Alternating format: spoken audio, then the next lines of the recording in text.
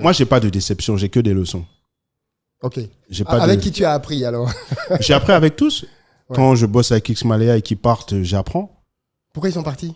Ils sont partis pareil, parce qu'il y a un moment donné où ils considèrent que les revenus qu'ils ont ne sont pas à la hauteur de ce que eux peuvent avoir. Ça, c'est mon point de vue. Tu parleras avec eux, ils te diront sûrement autre chose.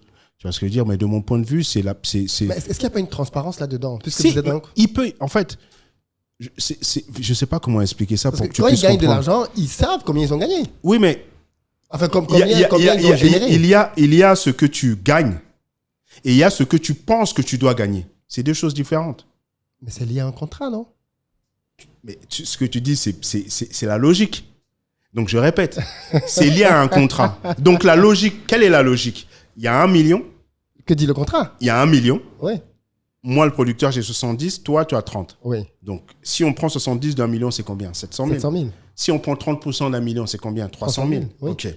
Donc, moi, et ça là, c'est souvent ce qui est source de problème. Ça veut dire que l'artiste, à un moment donné, estime déjà qu'il ne touche pas assez, et il estime que toi, tu n'as pas récupéré ton argent. Ah. Ça, c'est des choses que j'ai vécues avec la majeure partie de mes artistes.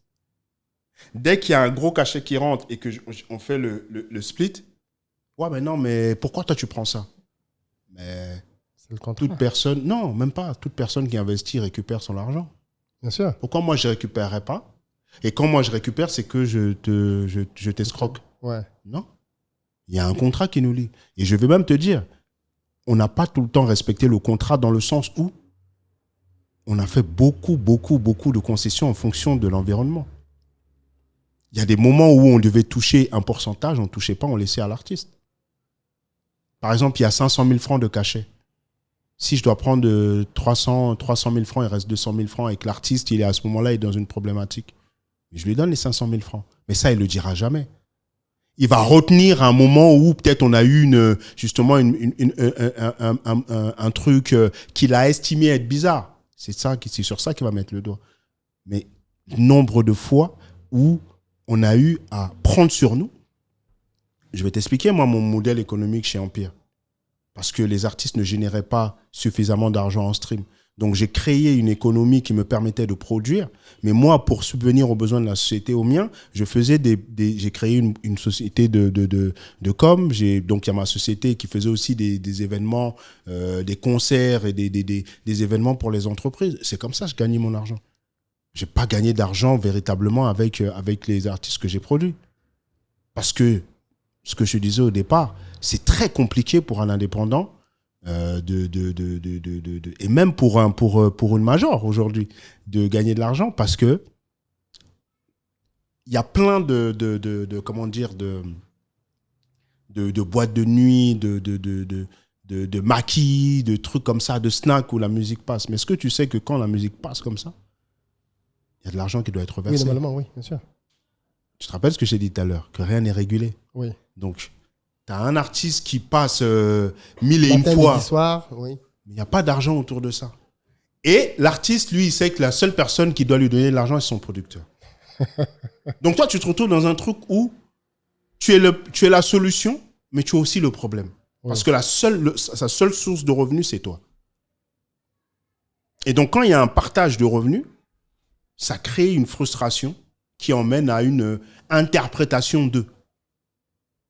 Tu comprends? Donc, oui. Si tu veux, on est tous au même niveau victimes de l'environnement qui est le nôtre. Un environnement qui n'est pas structuré. Explique-moi.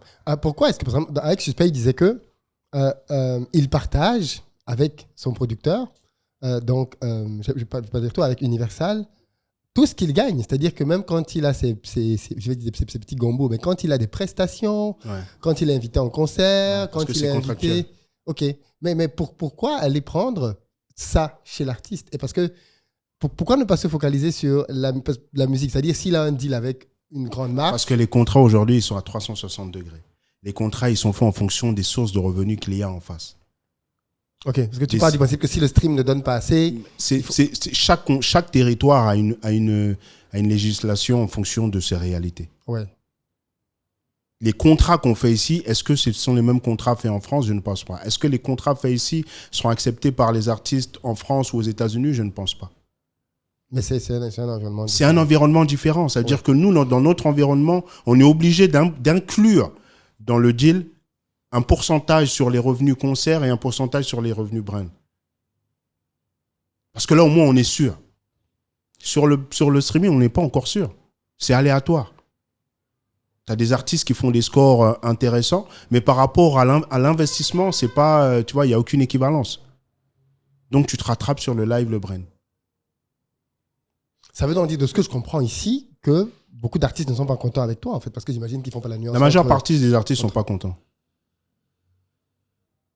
Et comment tu gères ça? Toi qui as été artiste. Mais tu es obligé de gérer, mon frère. Tu es obligé de gérer. Tu es obligé de gérer jusqu'à ce que... Tu as le rôle du méchant. Oui, ça, tu sais, j'en parlais avec un ami, je lui ai dit, ça c'est un rôle qu'on accepte malgré nous. Tu t'y attendais en venant là-dedans? Bien sûr. Ah oui? Bien sûr. Bon, tu me diras, parce que moi-même j'ai été artiste. C'est ça, oui.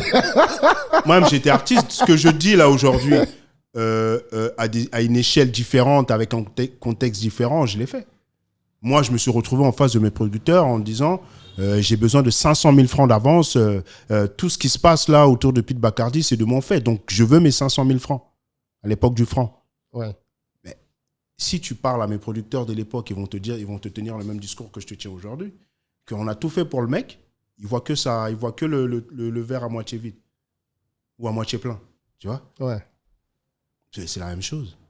Ça, c'est l'histoire de la musique. C'est l'histoire de la musique, ce genre de problématique. Parce que sont mêlés émotion et business. Ouais. Et au final, en fait, c'est ce que tu dis. Au final, c'est toujours le producteur qui a le mauvais rôle. Toujours. Enfin, c'est dans tout, parce que je pense encore à la boxe. Le mec qui avait la longue barbe là, qui produisait, je crois que c'était Mike Tyson. Ouais, Don King. Don King, lui aussi, il avait la mauvaise réputation. Ça a toujours été en fait... Ça a toujours été... Après, malheureusement, il y a aussi des gens véreux. Oui, bien sûr. Il y a des gens malhonnêtes, oui. Comme partout, comme dans le foot, comme il y a des médecins qui sont malhonnêtes. Oui. Tu as des restaurateurs qui sont malhonnêtes. Oui. Ça existe partout. Tu vois, c'est le propre même de la nature humaine. Mais personne ne part. Quand tu es de bonne moralité, personne ne part avec l'intention de nuire à l'autre. Oui. On se retrouve face à des situations qu'on doit gérer les uns et les autres. Et il faut avoir la maturité, le recul nécessaire pour comprendre que s'il y a un problème, ça ne peut pas être unilatéral. Il y a obligatoirement une responsabilité, aussi infime qu'elle soit d'un côté, et plus grande chez l'autre, et vice-versa. Mais il y a obligatoirement une responsabilité de deux parties. Alors, par exemple, moi, je t'ai vu la dernière fois au lancement de l'album de Suspect. Jusque-là, je sors très peu, de toutes les façons. J'étais très content de te voir là-bas pour la toute première fois de ma vie en face. Mais après, dans ma réflexion, je me suis dit, OK, d'accord, ils sont vraiment proches. Ils sont côte à côte, ils travaillent ensemble. Mais est-ce que ça, c'est pas ce qui se passe parce que l'artiste, il est liquide, c'est-à-dire qu'il est dans son prime, il gagne beaucoup d'argent. Et donc, forcément, il n'y a pas de problème. Ce que je veux dire par là, c'est est-ce que les tensions ne viennent pas quand l'artiste ne génère pas assez d'argent? C'est un ensemble de choses. OK. Parce que parfois même l'artiste génère, mais il y a des problèmes. Tu vois, parce qu'il va estimer qu'il mérite plus, parce qu'il va estimer qu'on fait plus assez attention à lui. Et tu as d'autres artistes qui sont frustrés parce qu'ils disent on met seulement sur les autres. Et c'est vraiment une équation très complexe. Par exemple, quand tu prends un artiste en développement, tu lui demandes d'avoir des chansons qui vont lui permettre d'impacter. Il fait des chansons, ça n'impacte pas. Donc ça n'avance pas.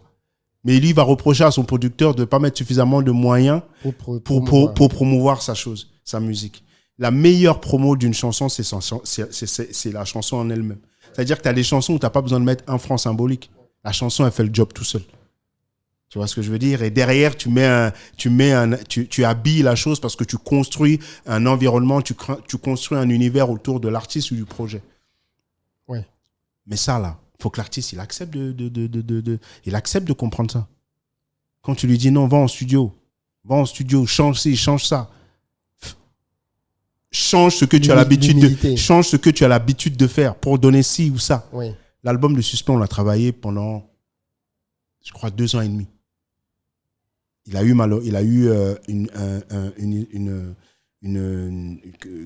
un drame dans sa vie qui a fait que ça, là, on ne pouvait rien y faire. Ça, c'est la nature qui a imposé ça. Mais au-delà de ça, je vais compter 2 bonnes années. Le suspect de Mercon n'est pas le suspect de l'album. Pourquoi? Parce que le suspect de Mercon, donc il vient avec cette énergie, le titre marche. Et maintenant, il faut sortir de la logique du single et rentrer dans la logique d'album. C'est un tout autre travail. Oui. L'intelligence du suspect, c'est qu'il s'assoit et il accepte de faire confiance à ses équipes. Donc moi, Mambi, Franck, Chérif, Yasmina, Loïc, Cash, Dodji, toutes les composantes aujourd'hui d'Universal. Il accepte de faire confiance. Et à partir du moment où il accepte de faire confiance, il accepte d'intégrer dans son processus de création des inputs qui sont le fruit de notre inspiration. Pas de la sienne, mais qui sont le fruit de notre inspiration. Donc, il accepte de composer et donc de changer ce qu'il avait l'habitude de faire. Donc, il sort de sa zone de confort. Mais est-ce que l'équation, elle est erronée quand on voit le résultat final? Bon, enfin, je ne sais pas voir la différence, mais oui, c'est un succès. Il y a une différence. Oui. Il y a une différence, c'est-à-dire qu'au niveau même, lui, de sa posture... Mais vous ne dénaturez pas l'artiste? Non. Alors, toi, ça va parce qu'on va dire que tu as une vraie expérience qui fait que... Oui. On ne dénature pas l'artiste parce que l'artiste ne fait que ce qu'il est à même de pouvoir assumer. Parce que toutes les idées ne sont pas bonnes. Ce que je pense comme idée pour lui ne peut être une idée qui est faite pour... peut être une idée qui est néfaste pour Suspect et bénéfique pour un autre artiste. Tu vois? Oui. Donc, je vais donner une idée à Singila. Ça va marcher chez Singila. La même idée, je vais la donner à Toufan, ça ne marchera pas. Tu vois? Oui. Par exemple, Toufan. Vous êtes toujours ensemble? Ouais, on a un dernier album ensemble. Le morceau, c'est pas normal. Oui. Ça sort chez Universal. Oui. Est-ce que tu as entendu des gens dire « Ouais, ça cartonne, c'est grâce à Universal ». Non. Si ça avait échoué, ils allaient dire « Universal est en train de niquer la carrière de Toufan ». De Toufan, oui. Mais moi, je parle avec Barabas. Oui. On peut se parler 7 fois par semaine, 10 fois par semaine. Ouais. Et le succès de ce titre-là, c'est parce qu'on a cette relation-là aussi. Ouais. Parce qu'il accepte que je lui dise « Frangin, tu vois là, le timing, ça. Je ne peux pas lui apprendre à chanter. Je ne peux pas apprendre à Master, son gars, à chanter ou à lui de faire... Non, je ne leur apprends pas à chanter. Je leur propose un cadre que je pense être le plus à même de faire exploser la chanson. Et quand ça ne marche pas, là, il faut qu'on accepte ensemble que ça n'a pas marché. Mais sur 99,99% des fois, quand ça ne marche pas, ouais, mais c'est mon producteur qui a fait ci, qui n'a pas fait ça. Ah, c'est mon producteur qui m'a douillé dans le contrat, qui m'a fait ci. Tu vois? Ouais. Donc, c'est vraiment ça. Hein. C'est pas propre que à Universal avec les artistes. C'est propre à beaucoup de gens de cet univers.